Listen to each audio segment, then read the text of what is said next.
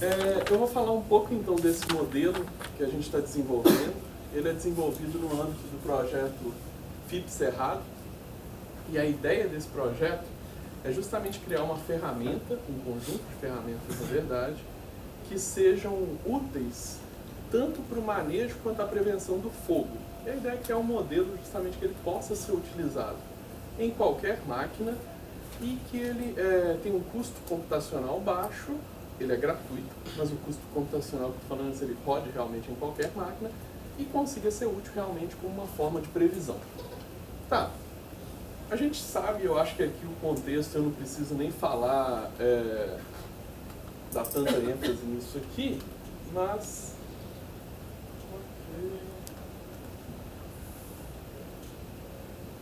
Efeitos técnicos... Tá, vou passar aqui mesmo. Então, acho que vocês sabem bem quais são as consequências do fogo, né? Acho que a mais marcante para todo mundo é perda de biodiversidade. A gente está tendo alguns exemplos aí nas últimas semanas, então acho que todo mundo sabe bem que essa é uma das consequências. Perda de biodiversidade, e tem outras consequências também que afetam quem se importa ou não com biodiversidade. Existe um custo muito alto associado a eventos de queimada, custo de combate. E esse custo está atrelado justamente a várias questões. Os recursos são limitados, então na maioria das vezes as brigadas têm que trabalhar com poucas pessoas para combater um incêndio que é muito grande. Isso é difícil.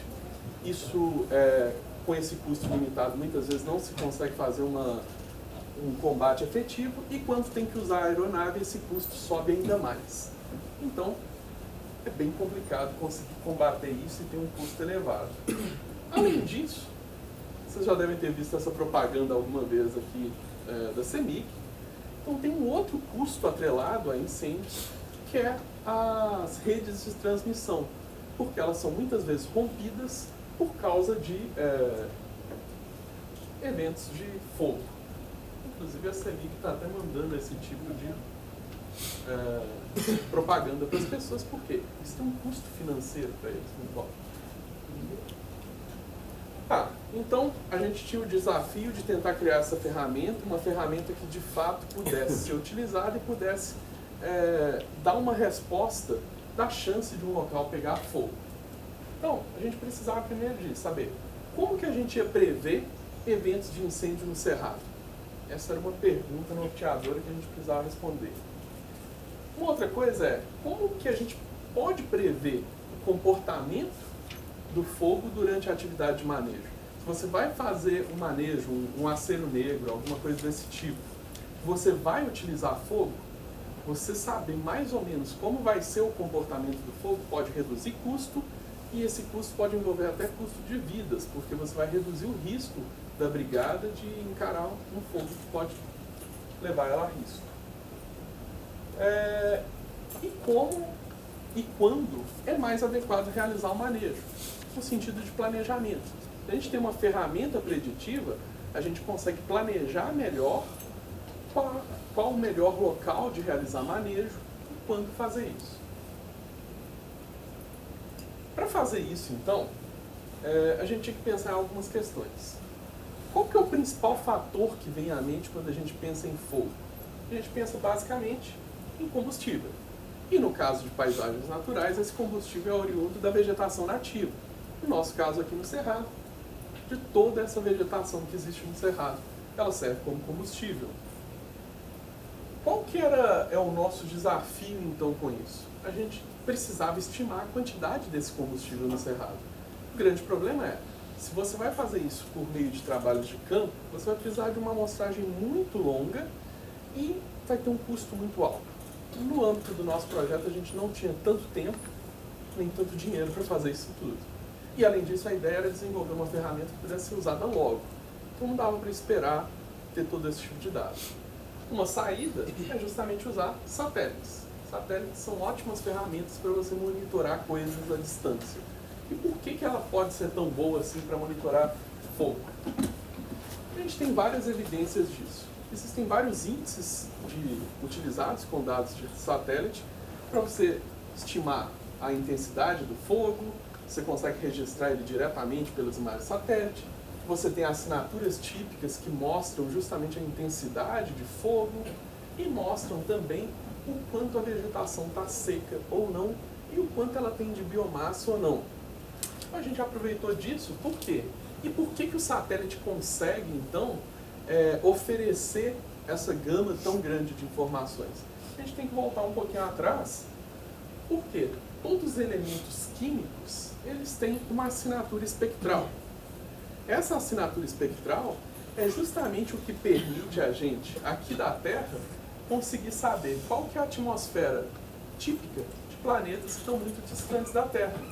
Então, com a reflectância obtida pelo satélite, a gente consegue estimativas muito precisas do que compõe, por exemplo, planetas que estão muito longe daqui. Como que a gente vai usar isso na prática? Pegando algumas bandas de imagem de satélite, nesse caso aqui Landsat 8, por causa da resolução dele, a gente consegue extrair duas informações muito valiosas para avaliar risco de incêndio. Proporção de biomassa seca e umidade da vegetação. Qual que é a vantagem de fazer isso com o satélite? Eu consigo essa informação daquele momento que o satélite passou. Então, no caso do Landsat 8, eu tenho, por exemplo, uma janela de 16 dias. Então, eu consigo ver isso com uma certa frequência. Então, é uma janela interessante para combate de incêndio. Qual que era o primeiro problema que a gente tinha? Porque o projeto tem duas escalas diferentes de trabalho. O cerrado como um todo, no qual a gente está interessado mais em questões gerais como mudanças climáticas podem aumentar as áreas queimadas, o que elas podem causar, e questões específicas das unidades de conservação, que eu quero saber onde vai pegar fogo agora. Então, é num espaço de tempo muito menor e numa escala espacial muito mais precisa. Nessa ideia do cerrado como um todo, a gente tem um problema que olha o tanto de cena de Landsat que é necessária para cobrir o cerrado todo. Além de precisar de muitas cenas, a gente ainda tem um outro problema, que a gente não vai pegar só uma cena de cada um, a gente precisa de um conjunto de dados. Esse conjunto de dados é muito grande, então você vai ter que manipular uma quantidade absurda de dados. Isso tem um custo computacional bem alto. E justamente isso que eu ia falar. O custo computacional é muito alto.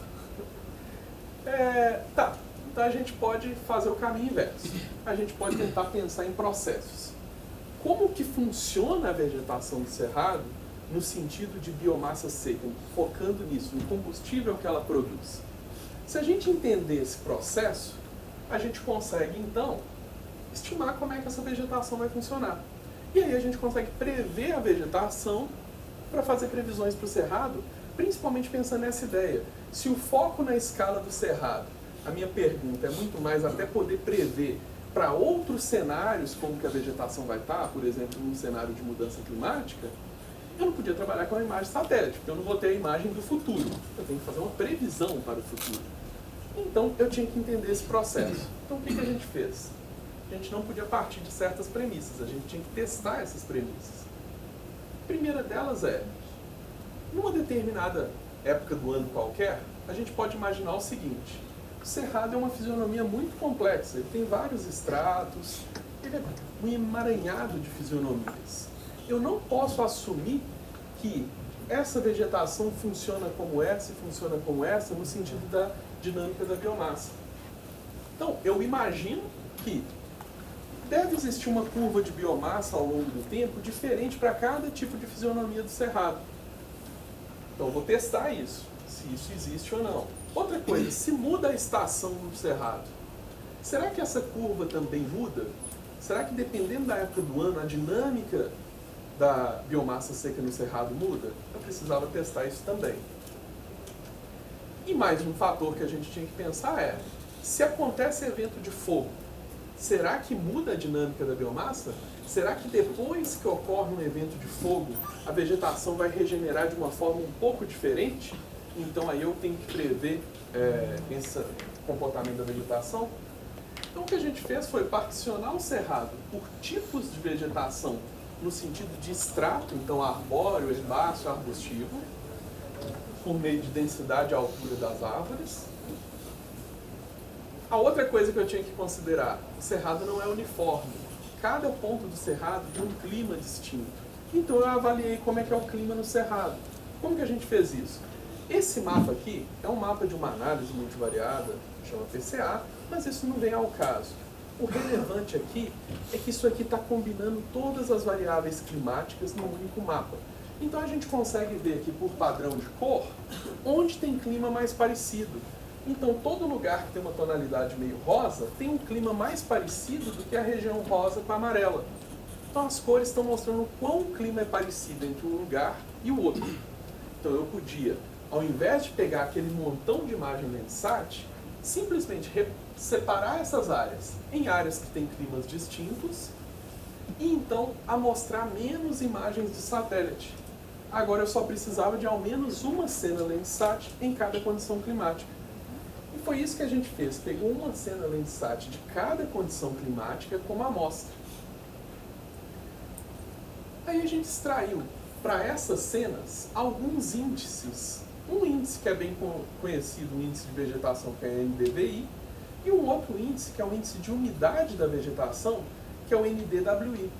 Com esses dois índices, então, um eu conseguia saber como estava a umidade na vegetação, o outro eu tenho bons indícios de que ele pode me mostrar a quantidade de biomassa, né, na vegetação. Então o que eu fiz? A gente pegou essa amostragem toda, então, pegou para aquelas cenas todo o intervalo de Landsat 8 disponível, só que a gente tinha o seguinte problema. Quando você pega uma cena daquela, você tem uma areazinha aqui, que é a área pré-fogo. O evento de fogo aconteceu aqui, todas as imagens antes dessa data no tempo não tinham fogo, não tinham efeito do fogo, todas que estão depois têm efeito do fogo. Só que quando eu pego todas as imagens do cerrado, o que eu vejo é isso aqui. Cada uma tem um ponto diferente entre o antes e o depois do fogo. Então, a minha opção foi o seguinte: eu esqueço o tempo e vou alinhar todas essas imagens com base nos eventos de fogo. Alinhando todas essas imagens, eu consigo extrair uma média e eu sei qual que é a média do comportamento da vegetação sem efeito de fogo e pós-fogo. Com esse tipo de dado, aí a gente consegue, né, um volume muito grande de dados, e aí o que eu posso fazer? Eu posso fazer isso aqui. Eu pego o índice NDVI e separo ele em várias classes, para tentar achar a assinatura espectral que vai me mostrar biomassa seca. Com essa assinatura espectral, o que a gente vê aqui? A gente vê esses picos aqui oscilando, esse ponto aqui é o ponto onde tem um evento de fogo, e dá para ver que muda o comportamento pós-fogo. E aí a gente descobre justamente quais faixas aqui que estão assinando bem a quantidade de biomassa seca. A gente usou então aí quase 4.000 amostras de incêndio no cerrado a partir dos dados do INPE e mais de 540 imagens Landsat para fazer isso. Com isso a gente conseguiu extrair a dinâmica da biomassa pré e pós-fogo para cada extrato desse. Viu que elas são bem diferentes, que não dava para tratar do mesmo jeito. E mais, a gente viu uma outra questão. Cada lugar do cerrado tem uma dinâmica diferente baseada no clima. Então, a biomassa, o ciclo de biomassa seca no cerrado, ele vai variar de um lugar para o outro. Qual que é a implicação disso? A implicação é o seguinte: como que a gente pode modelar um combustível para o cerrado se cada local funciona de um jeito? O limitante disso é a maioria dos modelos matemáticos que são mais conhecidos, esses modelos lineares, a gente fala da relação de uma coisa com a outra. A gente está falando, por exemplo, assim, olha, a pluviosidade determina a quantidade de biomassa seca. Só que eu estou assumindo que todo lugar é igual, e não é. Então, o que eu faço para poder verificar isso na prática? Eu uso um modelo que não é uniforme em todas as áreas. É o que a gente chama de modelos não estacionários. Então, é como se eu criasse uma curvinha que explicasse a relação da biomassa com a umidade em cada local do cerrado. Então, eu crio um modelo um pouco mais complexo mas que se ajusta melhor às condições reais do cerrado. Com isso, eu consigo fazer isso aqui, prever a biomassa do cerrado, e aqui no caso, em tons mais vermelho, alaranjado, estão os locais com biomassa mais seca. Tons mais próximos de verde, biomassa mais úmida. E aqui a gente vai ver esse modelo rodando para cada mês do ano. Então, olha como que a biomassa vai mudando, a proporção de biomassa seca. Várias regiões no cerrado vão se tornando bem mais secas, depois vão se tornando mais úmidas. Então a gente conseguiu prever essa dinâmica. Então, para tudo que a gente queria fazer, de modelar fogo no cerrado inteiro, esse tipo de modelo ele é bastante útil. E a gente viu que ele funciona bem nos nossos testes de validação. Só que quando eu quero parque, quando eu não quero saber do futuro, eu quero saber agora, e eu quero saber isso numa resolução espacial alta e numa resolução temporal muito alta. Então eu posso pegar a imagem de satélite direto, como a gente viu, e derivar combustível e derivar umidade, certo? Porém, a gente encara alguns problemas. Isso aqui é uma imagem classificada para as nuvens, e a gente vê que, olha, tem um probleminha aqui, de falta de dados. Todo lugar que tem nuvem, eu não consigo estimar nem biomassa, nem combustível. Então, a gente tem esse dilema aqui. O que eu fiz? Aqui é um exemplo aqui para o cipó, né, para a área cipó e entorno. A gente tem várias imagens aqui, com várias lacunas. O que a gente faz? A gente vamos pegar um pixel do cipó, um pixel dessa área.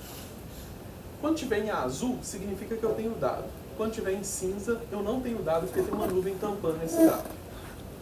Então, vamos pegar ao longo dos dias do ano. Eu posso fazer isso aqui. Eu vou vendo o mesmo pixel ao longo do ano.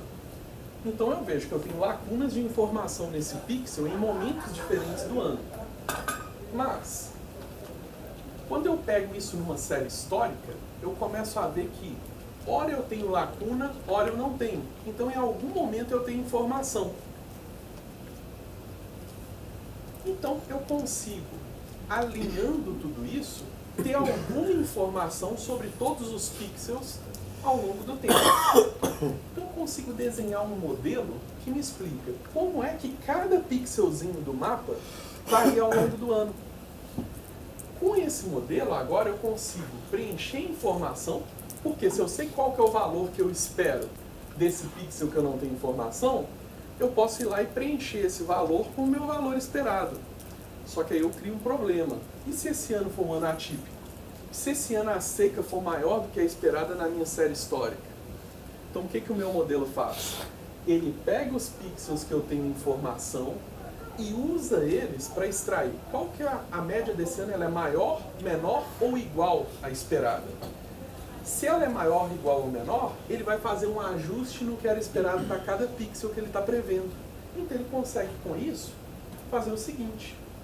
Ele vai e cria um mapa totalmente preenchido. Então ele consegue preencher toda a informação e mais.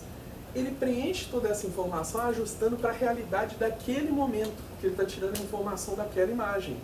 O que a gente ganha com isso? Preenche as lacunas, então a gente nunca vai ter um buraco no mapa, e agora a gente consegue, já que a gente sabe o comportamento disso aqui, a gente consegue julgar esse modelo um pouquinho para frente, um pouquinho para trás. Então, ao invés de ter que esperar 16 dias para passar a Landsat, eu prevejo o valor para hoje. Então eu consigo ter uma imagem de hoje, simulada. É algo análogo ao que foi feito lá com aquela imagem do buraco negro que ficou famosa no início do ano, que era pegar um monte de imagens que não estão alinhadas, que têm lacunas, e preencher justamente com um algoritmo. E o que foi bom nisso? A gente descobriu que o erro desse negócio é de menos de 5%. Como que a gente fez isso? Eu escondia uma imagem dele, do meu modelo, rodava o modelo e tentava prever pixel a pixel do modelo para aquele dia. Só que sempre com base a uma imagem mais distante dele, 15 dias distante, 30 dias distante, para ver se acertava ou não. E a taxa de erro é em torno de menos de 5%. Então está funcionando bem. Então dá para usar isso como base para o modelo. Então agora, a gente chegou no ponto que eu tenho a base para construir o modelo. Até agora eu não falei nada do modelo.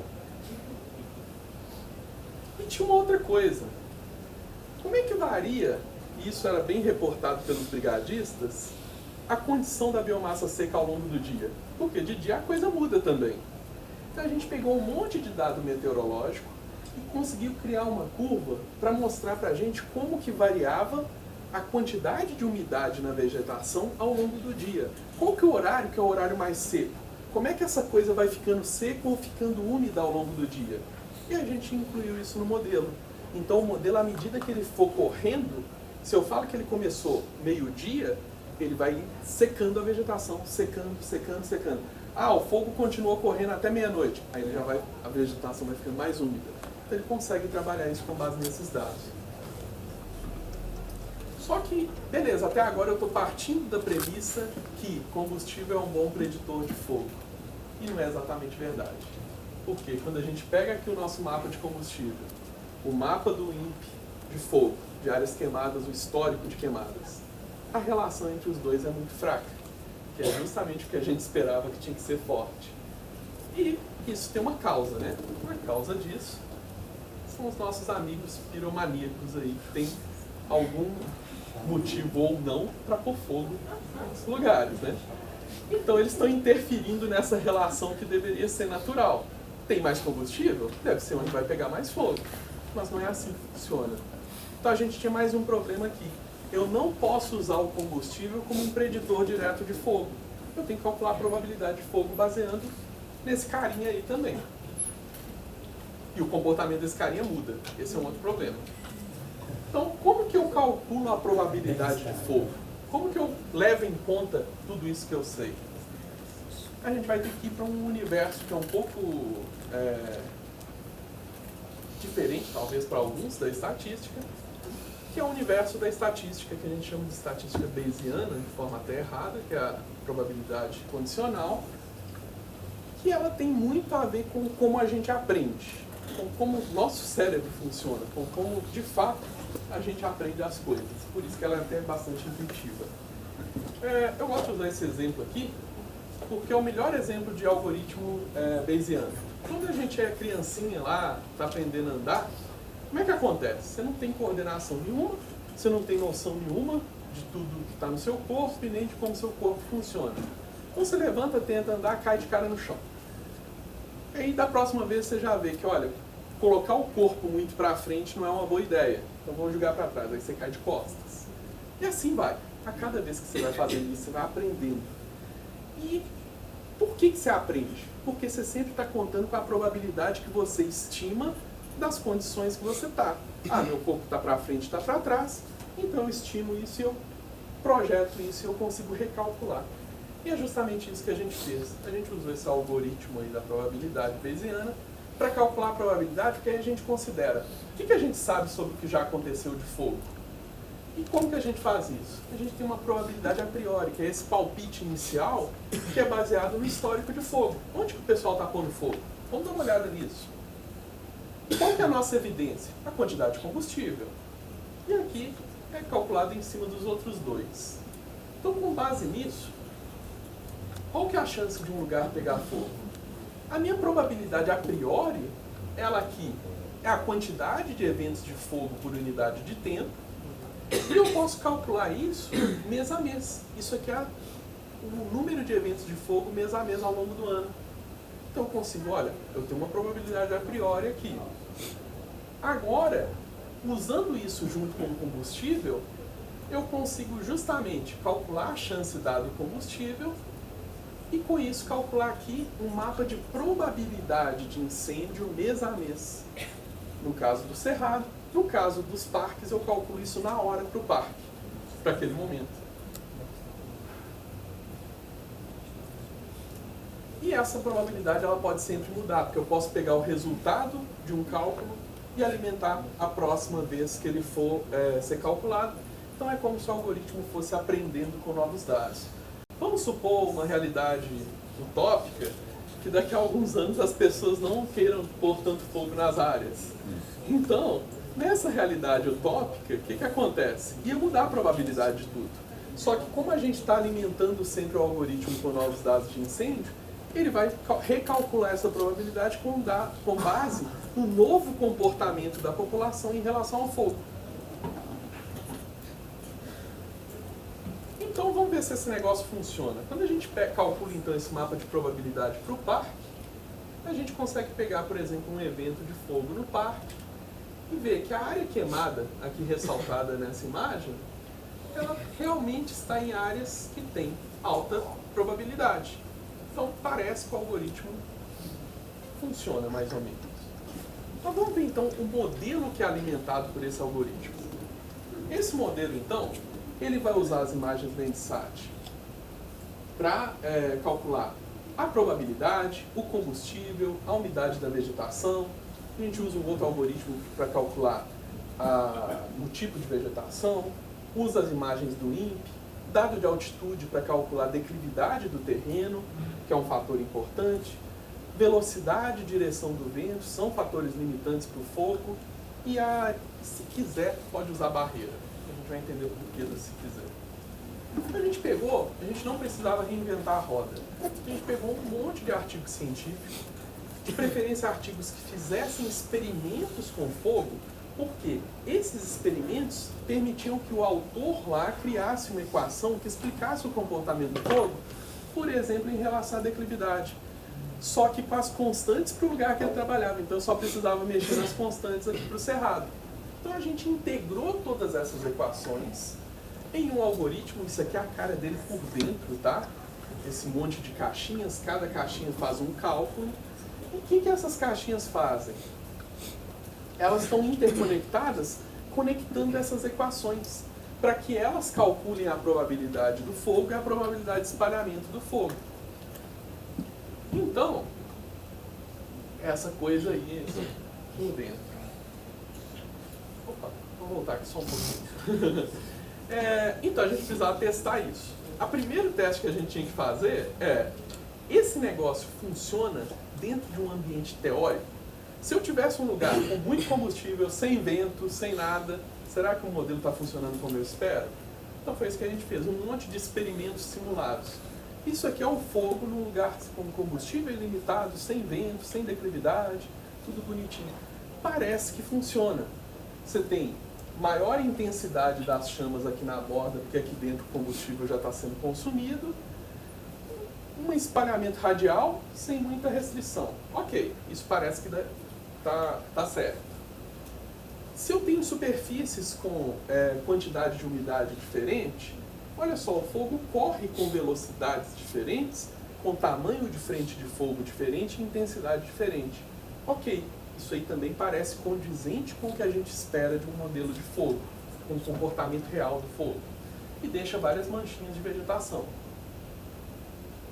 Se eu pego uma vegetação mais complexa, toda aleatória aqui, o comportamento do fogo é bem diferente. Ele se move mais devagar, com frentes de fogo menores, porque ele tem ora uma vegetação com muito combustível, ora com pouco. Então, ele vai se espalhando de forma mais lenta. Se eu aumento a umidade, é aquela mesma vegetação aleatória, mas agora eu coloco muita umidade, 20% a mais de umidade, olha como que o fogo começa a se espalhar ainda mais devagar, movendo mais devagar na vegetação. Então, isso também está parecendo ser o que eu espero nessa condição. Aqui só para exemplificar, aqui com muito combustível, aqui com metade do combustível, então o fogo também se comporta de forma diferencial de um lado do outro. Quanto à velocidade, quanto à frente de fogo, quanto à intensidade do fogo. Então tudo isso parece funcionar até aí. Vamos pôr vento. Então um pouquinho de vento nessa direção, sem os outros fatores. O fogo está indo mais para lá, a frente de fogo aqui ela tem uma intensidade maior do que esse lado, que é condizente, mas ele ainda volta, porque o vento é fraco. Se a gente exagerar um pouquinho no vento, se a gente faz um vento bem mais forte, olha o que acontece. O fogo vai numa velocidade maior, tem uma frente aqui muito mais intensa e muito maior, só que atrás o fogo começa a apagar. Então, contra o vento, o fogo não está andando, ele está andando só na direção do vento. A mesma coisa se eu pego um modelo com ainda mais vento ele vai mover ainda mais rápido, uma frente de fogo ainda mais intensa e maior. Tudo isso parece ter sentido dentro do que a gente sabe sobre comportamento de fogo. Então, até aqui está tudo ok. E a altitude? Aqui é uma superfície mais alta, ali mais baixa, então tem uma declividade. Olha só, o fogo está subindo essa rampa, né? Parece ser condizente, aqui ele fica com maior intensidade, ali com menor, mas ele ainda volta. Parece ter sentido. E em relação a uma barreira? A gente coloca aqui uma barreira intransponível para o modelo, o fogo vai, bate na barreira, se apaga e vai indo. Como ela não é de uma ponta a outra, ele contorna ela. Então até aqui, tudo isso, nessas condições experimentais, faziam parecer que o modelo está ok, ele está funcionando. A gente precisa de teste no mundo real. Aqui uma simulação para o Cipó, para a região ali perto do Lagoa Dourada. Aqui são dois ângulos sempre, tá? Da mesma simulação. Um pouco inclinado e de cima. Notem que o fogo se espalhou relativamente rápido, e aqui eu parei o modelo. Ele parou a simulação ainda cheio de focos de incêndio. Ele ia continuar. Aqui eu só parei para o vídeo não ficar muito longo. Agora, esse aqui é bem interessante, porque o fogo vai aqui, notem que aqui tem um riacho, ele se apaga quando chega no riacho e contorna ali em cima para depois se extinguir. Isso também no Cipó. Nesse modelo eu não coloquei barreira, eu não avisei para o modelo que tinha um rio ali, até porque a maioria dos rios nem são mapeados, então ia ser muito mais complicado fazer isso, dá até para estimar, mas eu não coloquei isso. Como que o modelo adivinhou que tinha um rio no local? Lembra lá atrás que a imagem satélite está captando a umidade diretamente? Então, quando você tem um rio, você tem um bolsão de umidade com um bolsão de vegetação úmida. Então aquilo é uma barreira. Então o modelo já está enxergando isso diretamente pelo satélite. Qual que é a vantagem disso ao invés de eu colocar a barreira para ele? Por exemplo, vamos supor que esse ano está muito seco, e esse rio está seco, e a vegetação dele está seca. Deixou de ser barreira. Então o modelo vai mostrar que o fogo vai passar ali.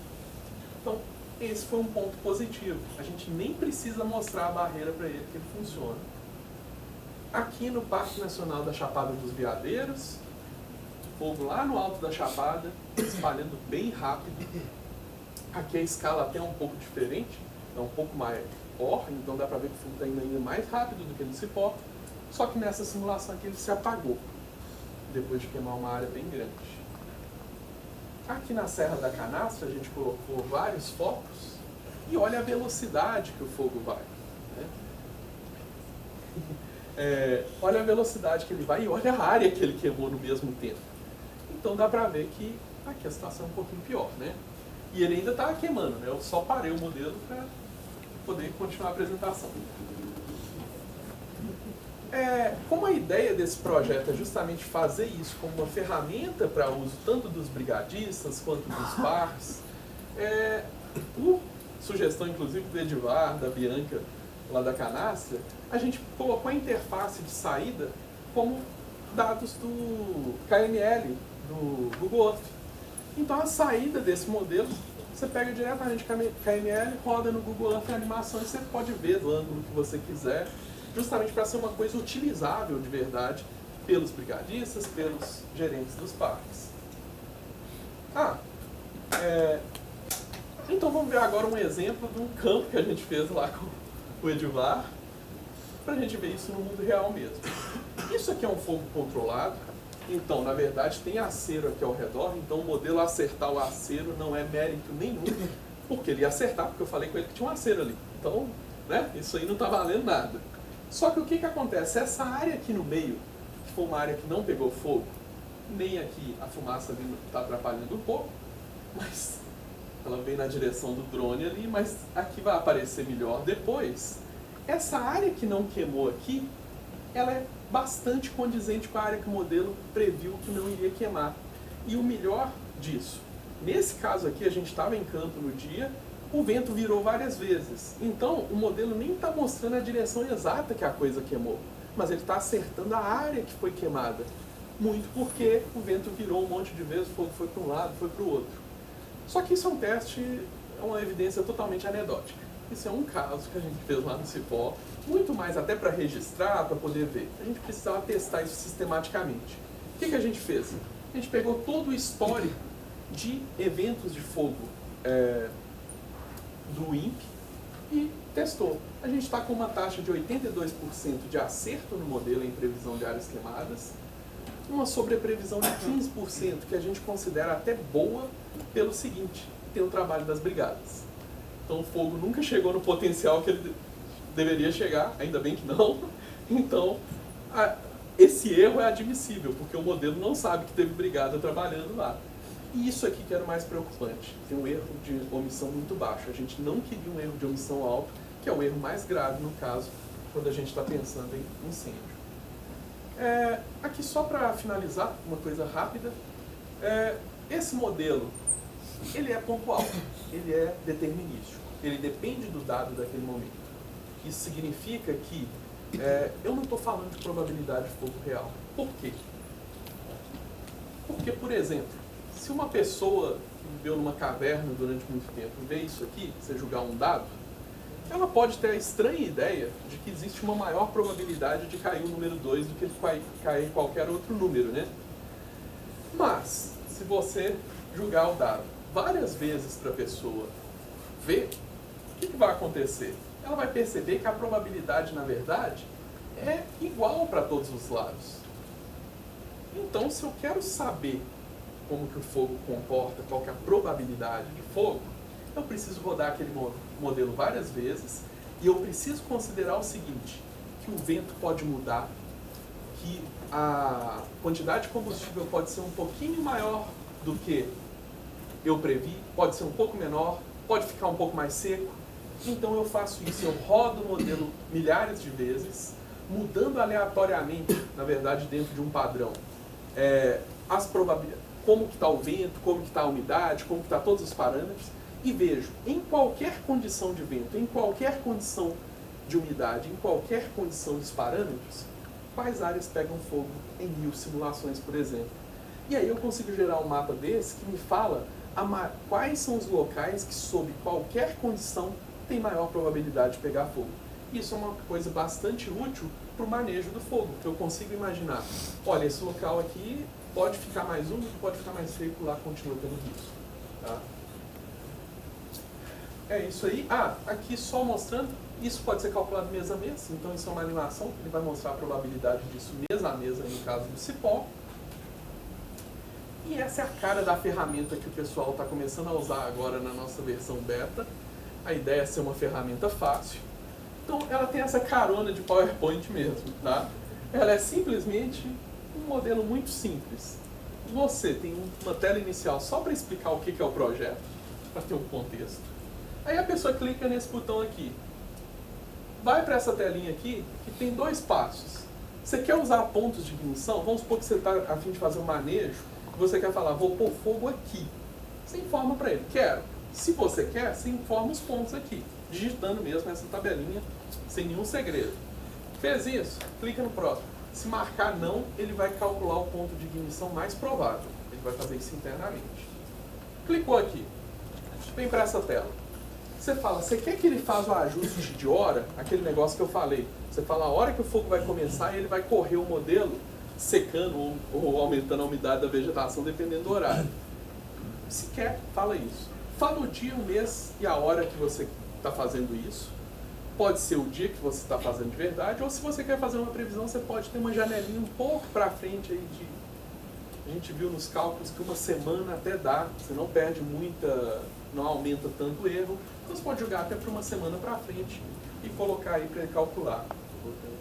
Aqui você fala o lugar que você quer, você dá o ponto, só para não ter que calcular o parque inteiro, que podia ter um custo computacional mais alto nas máquinas dos parques. Então você fala, eu quero esse ponto, e eu quero um quadrante com esse tamanho de lado, aqui 2.000 metros, podia ser 4.000, podia ser 10.000, a escolha da pessoa. Mais uma vez para frente, pastinha onde você vai salvar os resultados. No resultado vai ter o KML, um mapa de combustível, um mapa de umidade da vegetação e um relatóriozinho que fala qual foi a área queimada, quanto tempo que queimou, né? Vamos supor, 10 horas de fogo, 20 horas. qual que é a velocidade média do fogo e um parâmetro que eu esqueci. Essa é a página do projeto. O projeto está em andamento. Ele foi prorrogado, vai até 2021 agora, início de 2021. Esses são os parques-alvo do projeto, no sentido de que a gente construiu o projeto com base neles, no Cerrado inteiro, mas a gente vai fazer os modelos, o modelo ele é genérico, mas ele tem um ajustezinho específico de cada parque, e a gente vai fazer isso para outros parques. A ideia já é fazer agora com o IAF também, e fazer com outros parques nacionais também. A ideia é expandir isso, deixar essa ferramenta para todo mundo usar. Ela é gratuita, é para isso mesmo. No site já tem esses mapas, eles são interativos, dá para clicar aqui e ver esses mapas correndo aí de combustível. A ferramenta que a gente usa para criar essa coisa toda é um software que a gente é desenvolvido no Centro de Sensoriamento Remoto, pela nossa equipe de desenvolvimento, o Dinâmica Ego, que é um software assim, que dá para fazer modelo de qualquer coisa. Inclusive tem um conjunto de ferramentas que eu fiz lá que é só de análise de biodiversidade. Então tem várias ferramentas. E obrigado.